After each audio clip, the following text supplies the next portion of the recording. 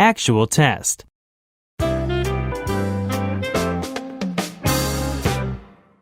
Pages 128 and 129.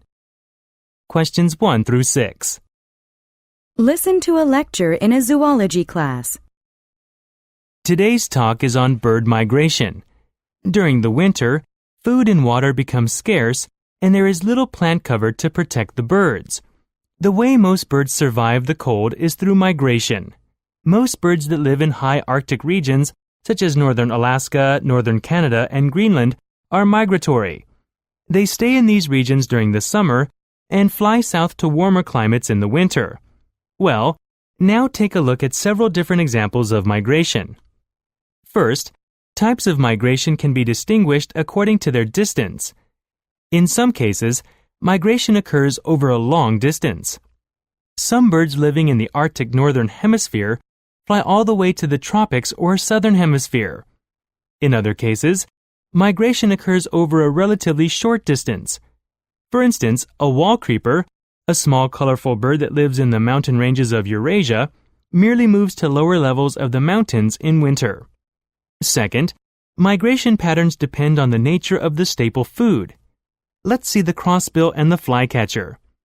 A crossbill is a finch that eats seeds out of conifer cones. So a crossbill's migration depends on the amount of seeds of conifer cones. If there are enough seeds left for a crossbill to eat during the winter, it will not migrate. On the other hand, a flycatcher, a large American bird that eats insects, must migrate each year because its food supply will always disappear in the winter. It is an interesting case that the same type of bird can be migratory or non-migratory depending on what climate it lives in. A blackbird, a European songbird with black or brown feathers and a bright yellow beak, is a good example of this. A blackbird that lives in Scandinavia, which has long and usually very cold winters, is migratory. However, a blackbird that lives in southern Europe, where the climate is mild in the winter, does not migrate. One last thing I'd like to mention is that not all birds migrate. A few species hibernate during the winter. For example, the common poorwill, grayish-brown birds with large eyes, living in California and New Mexico, is known to hibernate for weeks or months hidden among the rocks. Its body temperature drops and its breathing becomes slower to use up less energy. Now get ready to answer the questions. You may use your notes to help you answer. 1. What is not mentioned in the lecture?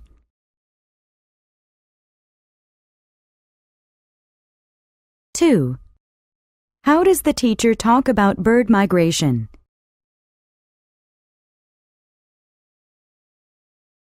3. Why does the teacher mention the wall creeper?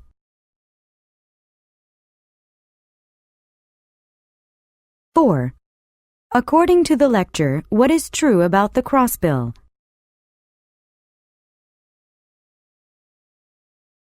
5.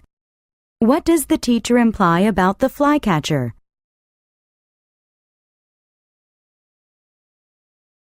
6. According to the lecture, what is special about the common poorwill?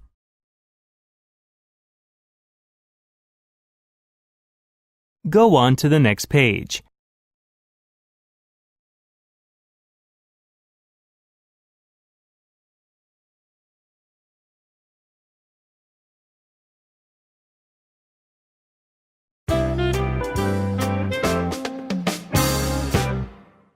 Pages 130 and 131. Questions 7 through 12. Listen to a conversation in a music class. Mr. Phillips, I was looking around a music store yesterday and I saw a strange-looking instrument. It looked like a set of glass bowls from the smallest to the largest strung together on a rack. The owner said it was a glass harmonica and he played me a short tune. Its sound really got to me, beautiful and a bit mystical. Could you tell me more about glass harmonicas? Well, a glass harmonica is a musical instrument that uses a series of bowls made of glass or crystal. Tones are made by rubbing a wet finger along the rims, which causes the bowls to vibrate. There is a simple way to see how glass harmonicas work. You can easily do this in your home. Take a few crystal wine glasses and pour a little water in each glass. Clean your finger thoroughly and moisten it with water. Move your finger smoothly around the entire rim of a glass. Pay attention to the pitch of the sound. After that, add some water to the glasses and repeat the process. You will probably notice that the pitch is lower. This is because the water in the glass causes the vibration frequency to decrease. The same thing happens if you increase the size of the wine glass. That's why the bowls are different sizes. Exactly. In the mid-1700s, playing music with a set of water-filled wine glasses was a popular form of entertainment. These were called singing glasses. Benjamin Franklin heard the musical tones from the glasses and became fascinated by them. Benjamin Franklin, who invented the lightning rod? Yes, the same person. He was known to play several instruments and compose his own music. Being a great inventor, he soon found a way to make the singing glasses into a musical instrument. In 1761, he created the first glass harmonica, or what he called the armonica, after the Italian word for harmony. 37 glass bowls were placed horizontally on an iron spindle. The whole spindle was turned quickly by a foot treadle. This meant that the glasses kept rotating while the musician's fingers stayed steady. The armonica allowed the musician to play up to 10 glasses at the same time, something that would have been impossible with singing glasses. This is all so interesting. I'm going to go home and try that test you told me about. Sounds like a great idea. Now get ready to answer the questions. You may use your notes to help you answer. 7. What are the speakers mainly talking about?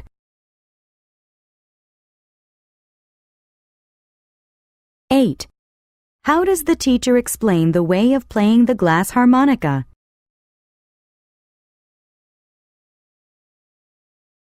9. What can be inferred about Benjamin Franklin?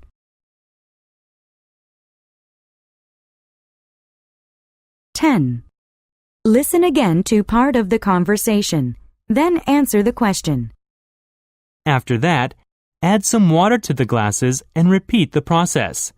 You will probably notice that the pitch is lower. This is because the water in the glass causes the vibration frequency to decrease. The same thing happens if you increase the size of the wine glass. That's why the bowls are different sizes. What does the student mean when she says this? That's why the bowls are different sizes.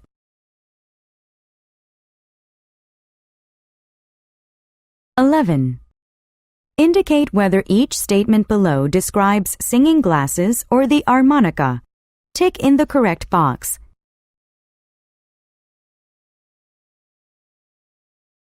12. What will the student probably do next?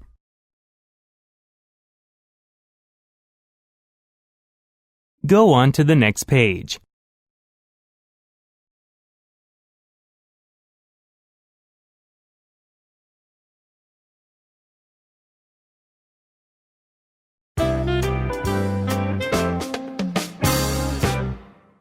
Pages 132 and 133. Questions 13 through 17.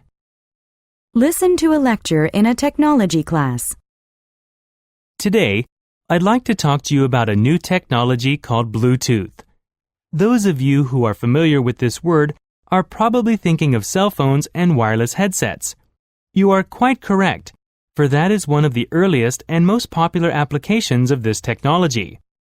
Most modern homes are crowded with cables connecting different electronic devices. Take a look around your computer, for instance.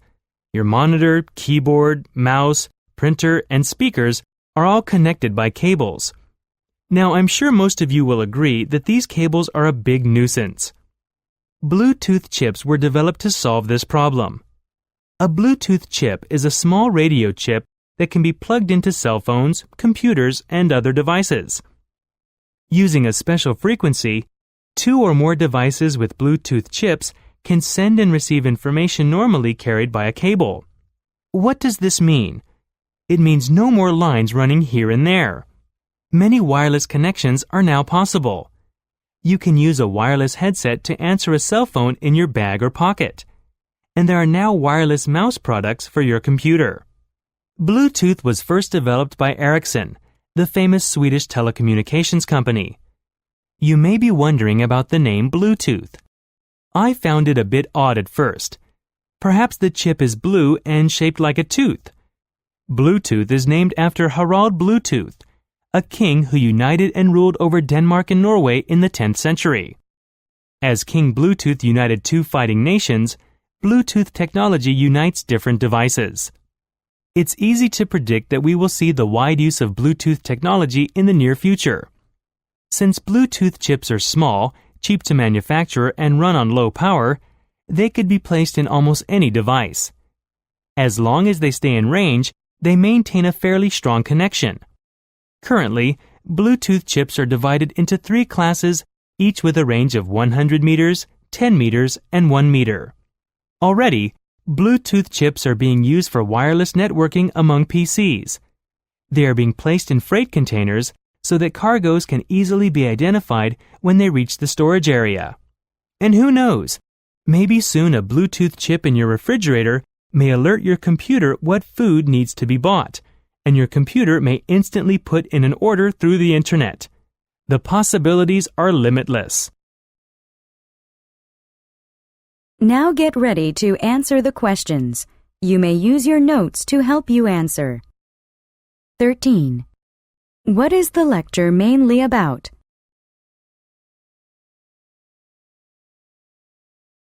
14. According to the lecture, what is not true about Bluetooth?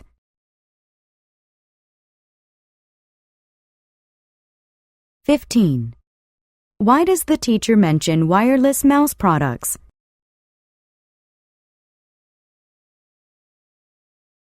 16. What is the teacher's opinion of Bluetooth technology?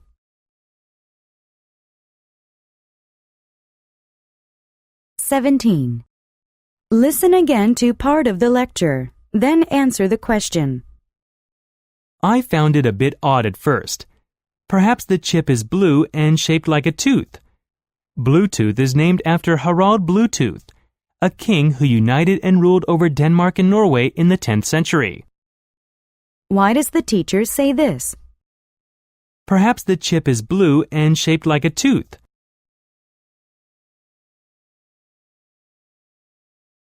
Go on to the next page.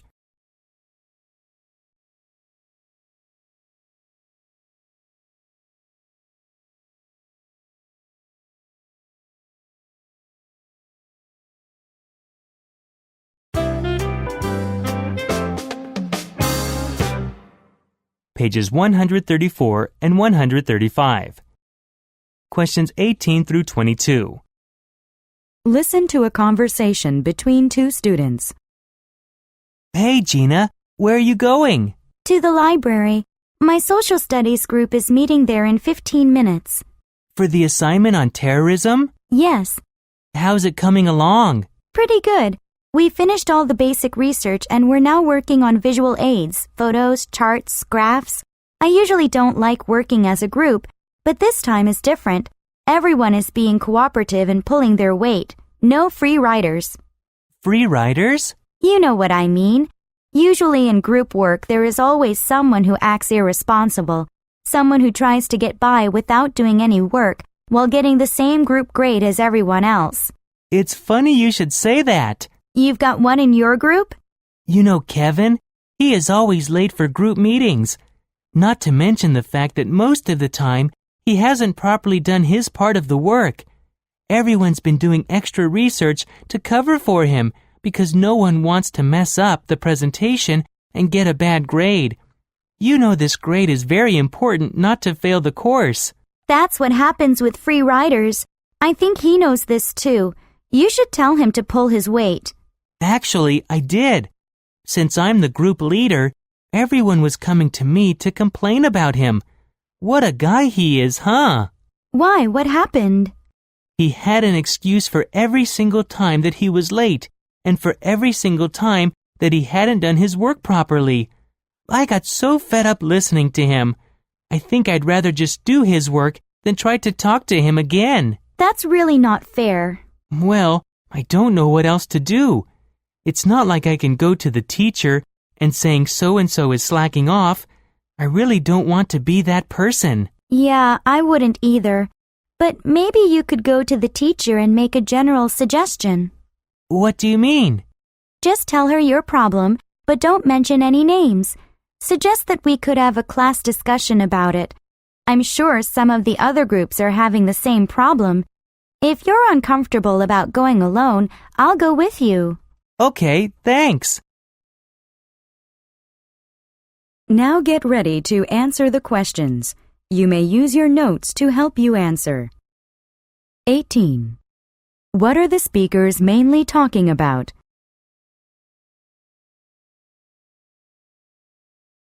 19. What is happening in the boys' group?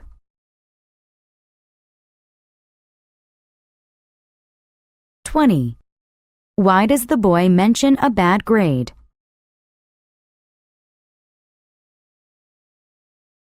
21. Listen again to part of the conversation, then answer the question. Since I'm the group leader, everyone was coming to me to complain about him. What a guy he is, huh? Why does the boy say this?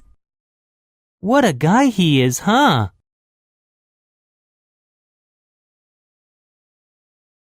22. What will the boy probably do next?